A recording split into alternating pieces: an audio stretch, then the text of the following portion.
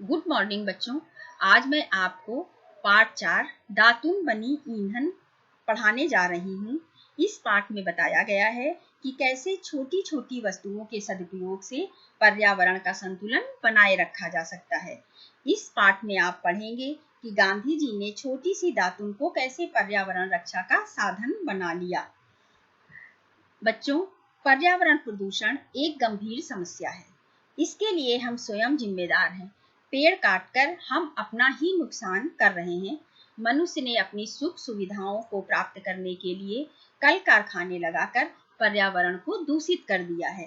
पर्यावरण प्रदूषण को दूर करने के लिए शीघ्र हमें और सरकार को मिलकर कठोर कदम उठाने चाहिए, वरना इसका भयंकर परिणाम भुगतना पड़ सकता है हम सभी को। गांधी जी देश की आजादी के लिए जितने जागरूक थे, उतने ही वे पर्यावरण के प्रति भी सचेत रहते थे।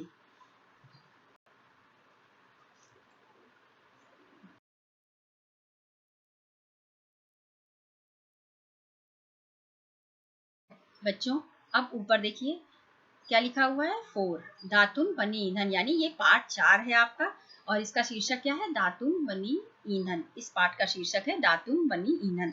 तो पहले मैं आपको ये बता दे रही हूँ कि इस पाठ में कहा क्या गया है सारांश रूप में।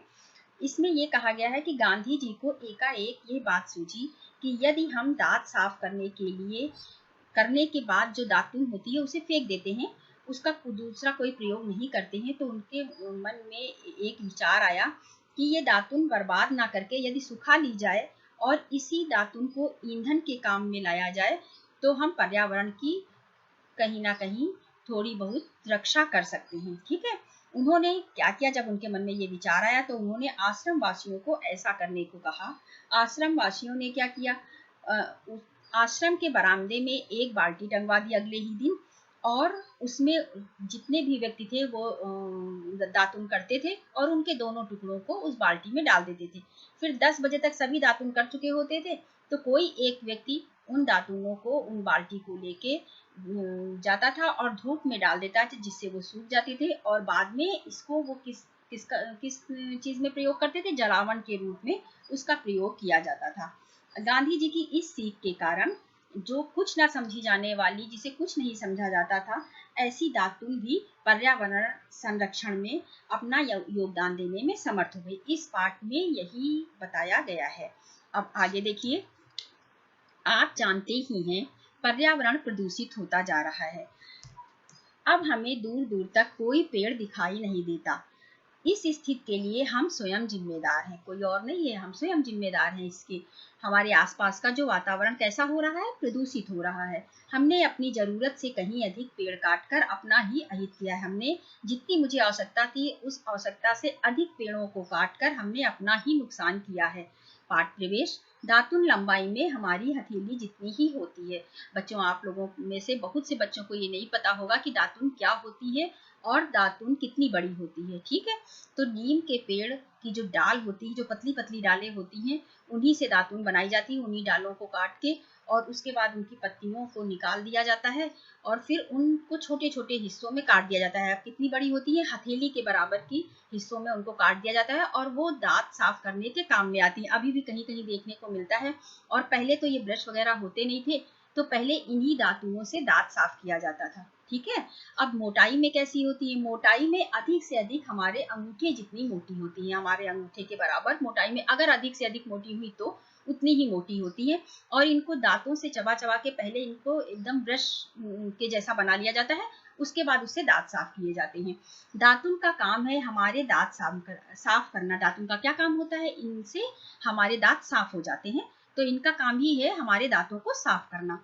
क्या तुम ये सोच भी सकते हो कि इतनी छोटी दातुन के सहारे ही महात्मा गांधी ने अपने समय में पर्यावरण की रक्षा कर दिखाई थी।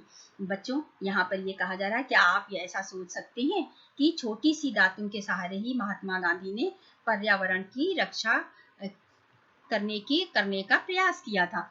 कई पेड़ों को कटने से बचा लिया था और कई पेड़ों को इसकी वजह से कटने से बचा लिया था। कैसे, इस पाठ को पढ़कर, जब आप इस पाठ को पढ़ेंगे तो आपको ये पता चलेगा कि कैसे उन्होंने पर्यावरण संरक्षण किया था, पर्यावरण की रक्षा की थी। आगे देखिए,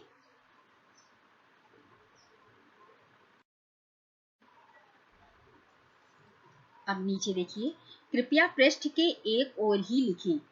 पृष्ठ अर्थात पेज, पेज के एक ओर ही लिखें। ये वाक्य हमें अक्सर निर्देश के रूप में लिखा मिलता है। निर्देश अर्थात आदेश, ठीक है, जो आदेश दिया जाता है उसके रूप में लिखा हुआ मुझे मिलता है कि पृष्ठ के एक ओर ही लिखें। परीक्षा में परीक्षार्थियों को दी जाने वाली उत्तर पुस्तिका के शीर्ष पर भी ये पंक्ति लिखी होती है। परीक्षा में जो एग्जाम हम देते हैं उसमें जो परीक्षार्थियों को यानी स्टूडेंट्स को जो दी जाने वाली उत्तर पुस्तिका है, आंसर शीट होती है जो, वो आंसर शीट में शीर्ष में यानी सबसे ऊपर ये पंक्ति लिखी होती है, यानी ये लाइन लिखी होती है। क्या लिखा होता है वहां पर कि निर्देश ये दिया जाता है कि पृष्ठ के एक ओर ही लिखें, ठीक है। कई सरकारी विभागों में बोर्ड पर लिखा होता है, कृपया कोई भी आवेदन कागज के एक ओर ही लिखकर दें। और कई सरकारी विभाग भी ऐसे हैं जहां पर बोर्ड में पहले से ही ये लिखा रहता है कि कोई भी आवेदन अगर आप करते हैं, कोई भी आवेदन देते हैं तो उस कागज के एक ओर ही लिखें, एक ही पृष्ठ पर लिखें जो पहले से मुद्रित आवेदन पत्र या फॉर्म भरने के लिए दिए जाते हैं, जो पहले से मुद्रित होते हैं यानी छपे हुए होते हैं और जो फॉर्म भरने के लिए हमें दिए जाते हैं वे कागज के एक ओर से ही मुद्रित होते हैं, वे कागज के एक ओर ही प्रिंट होते हैं। दूसरी ओर यानी उनका पृष्ठभाग खाली रखा गया होता है, और उनका पृष्ठभाग अर्थात पीछे का भाग खाली रखा गया होता है।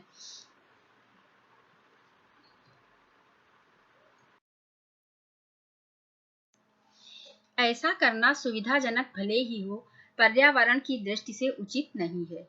यहाँ पर क्या कहा जा रहा है कि ऐसा करना सुविधाजनक हो सकता है लेकिन पर्यावरण की दृष्टि से ये सही नहीं है। जो काम किसी एक कागज के दोनों हिस्सों से लिया जा सकता है उसके लिए दो अलग अलग कागज खर्च करने होते हैं। जो काम हम एक ही कागज से ले सकते हैं, दोनों हिस्सों में अगर प्रिंट कर दें तो उस दोनों एक ही पेपर से वो कार्य हो सकता है, उसके लिए हम क्या करते हैं, दो दो कागज खर्च करते हैं।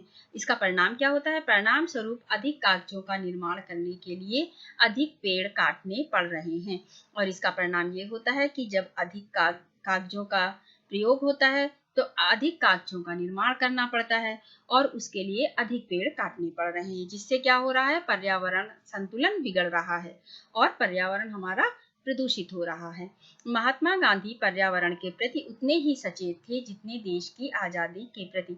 महात्मा गांधी पर्यावरण के प्रति भी उतने ही सजग थे, चौकन्ने थे जितने देश की आजादी के प्रति थे। जितना वो देश की आजादी के लिए करते थे उतना ही वो पर्यावरण की सुरक्षा के लिए भी कार्य करते थे।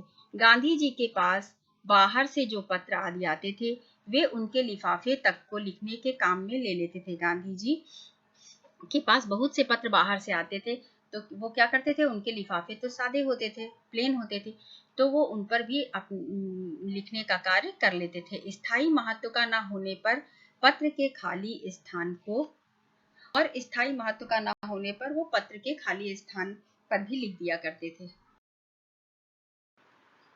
भी लिखने के काम में ले लेते थे।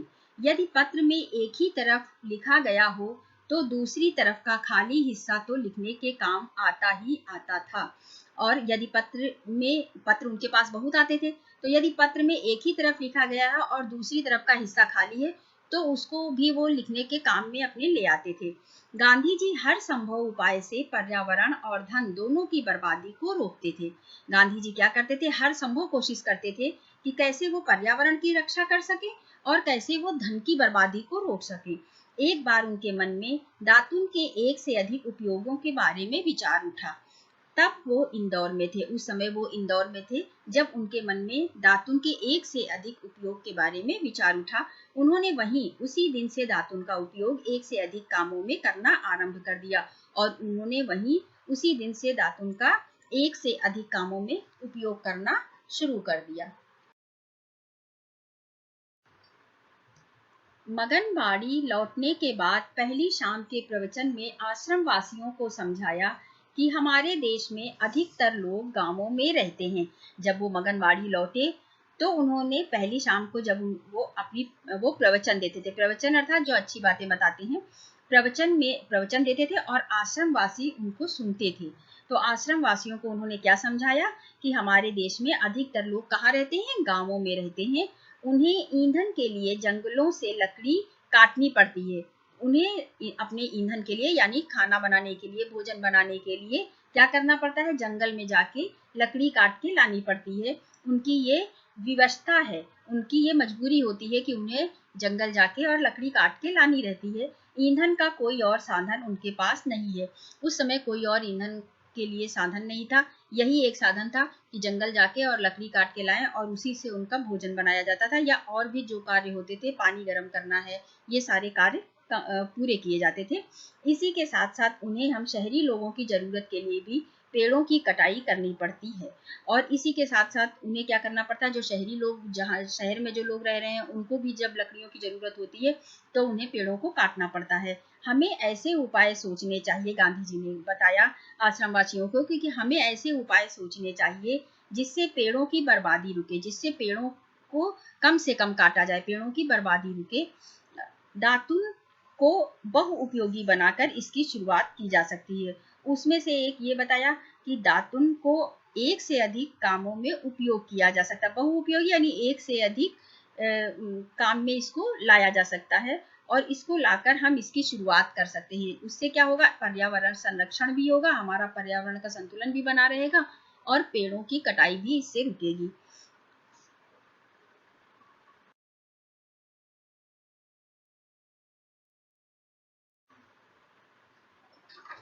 गांधी जी ने आश्रम वासियों को याद दिलाया कि हम दांत मांजने के लिए जो दातुन इस्तेमाल में लाते हैं, दांत मांजने के लिए अर्थात साफ करने के लिए, दांत साफ करने के लिए जो दातुन इस्तेमाल में लाते हैं यानी प्रयोग में लाते हैं, उपयोग में लाते हैं, उसे एक बार प्रयोग में लाने के बाद फेंक देते हैं। उसका एक बार प्रयोग करते हैं, उसके बाद उसे हम फेंक देते हैं। यदि हम ऐसा ना करें तो हमारे ईंधन के लिए कम पेड़ कटेंगे।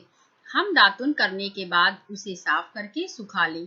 जब वे अच्छी तरह सूख जाएं, तब उनसे ईंधन का काम लें। प्रवचन सुन रहे आश्रम वासियों को लगा कि बापू कुछ ज्यादा ही दूर की कौड़ी लाए हैं। ये भी देखिए, मुहावरा भी है ये, मैंने आप लोगों को लिखाया भी था इसके बारे में। दूर की कौड़ी लाना अर्थात क्या है, बहुत दूर की बात से संबंध जोड़ना। ठीक है, तो प्रवचन जो सुन रहे थे आश्रमवासी, उन्हें क्या लगा कि बापू कुछ ज्यादा ही दूर की कौड़ी लाए हैं, यानी दूर की बात सोच रहे हैं, दूर की बात से संबंध जोड़ रहे हैं। ठीक है, भला उतनी सी दातुन से कितना तो ईंधन बनेगा, भला इस छोटी सी दातुन से कितना ईंधन बन जाएगा, जो बापू इतना सोच रहे हैं, इतनी दूर की सोच रहे हैं। किसी एक ने सबके मन की यही बात उजागर भी कर दी, और उन्हीं में से कोई एक ऐसा भी था जिसने क्या किया, अपनी बात को प्रकट भी कर दिया सामने, किसके, महात्मा गांधी जी के या बापू के सामने उसको प्रकट भी कर दिया। गांधी जी ने उन्हें अपना अनुभव सुनाया। गांधी जी ने उन्हें अपना अनुभव बताया। इंदौर प्रवास के दौरान जब ये विचार मेरे मन में आया था, गांधी जी ने कहा कि इंदौर के प्रवास पर जब मैं था, प्रवास का अर्थ मैंने आपको बताया था कि प्रदेश अथवा दूसरे स्थान पर जाकर रहना। इंदौर यानी प्रवास के दौरान जब ये विचार मेरे मन में आया था, यानी जब मैं दूसरे स्थान पर गया हुआ था, प्रवास में था, तब मेरे मन में क्या आया था, ये विचार आया था। मैंने और मेरे साथियों ने, मैंने और जो मेरे वहाँ साथी थे, तभी से इस पर अमल करना शुरू कर दिया था।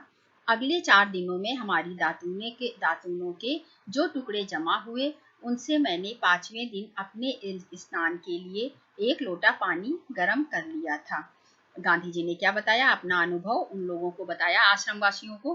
कहा कि जब मैं इंदौर प्रवास पर था, तभी मेरे मन में ये विचार आया था, और मैंने और मेरे साथियों ने तभी से इस पर अमल करना शुरू कर दिया था। और मैंने वहां पर भी यही किया था कि दातूनों के टुकड़े इकट्ठा करवाए थे, और 4 दिनों तक वो सारे दातूनों के टुकड़े इकट्ठा किए गए। उसके बाद 5वें दिन स्नान के लिए 1 लोटा पानी उसी जलावन से, जो दातूनें इकट्ठा की गई थी, उसी ईंधन से गर्म किया गया था।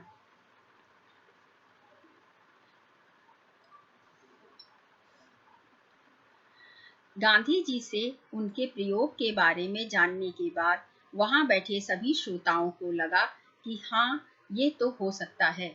दातुन की दातुन और ईंधन का ईंधन। गांधी जी से उनके प्रयोग के बारे में जानने के बाद वहां बैठे सभी श्रोताओं, श्रोता किसको बोलते हैं? सुनने वालों को। जैसे मैं बोल रही हूँ और आप सुन रहे हैं तो श्रोता हो गए।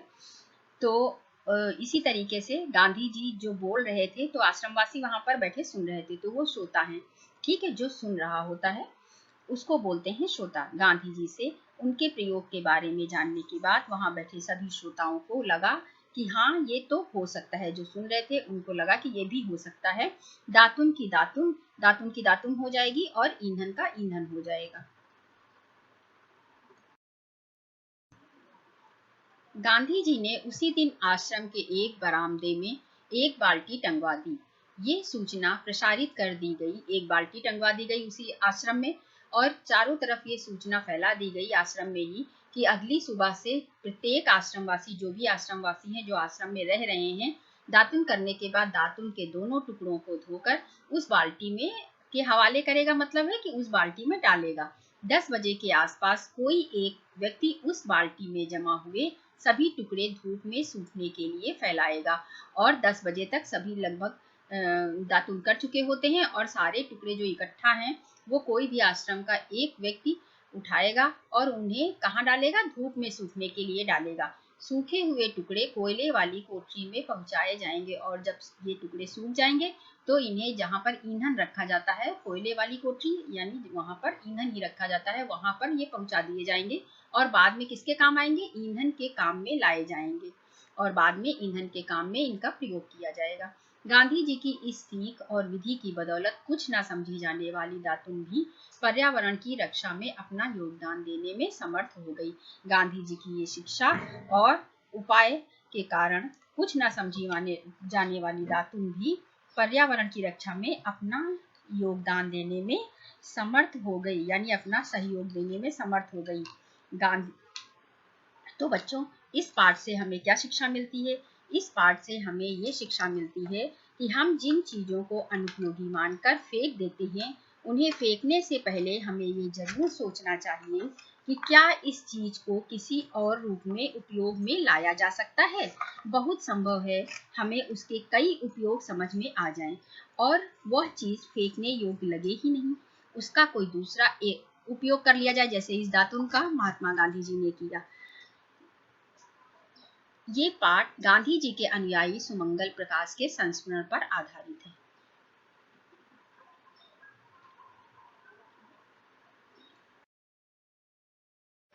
बच्चों, पार्ट 3 नौकरी की शर्त का क्लास टेस्ट आपका 8/6/2021 को होगा, तो आप पूरा पाठ अच्छे से तैयार कर लीजिएगा।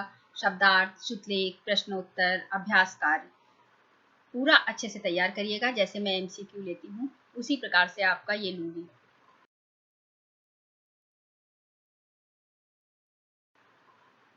बच्चों, आज का गृह कार्य है पाठ का शुद्ध उच्चारण करते हुए वाचन करना। जो पाठ मैंने आपको पढ़ाया है इसका आपको शुद्ध उच्चारण करते हुए वाचन करना है, पाठ का मौन वाचन करना। धन्यवाद।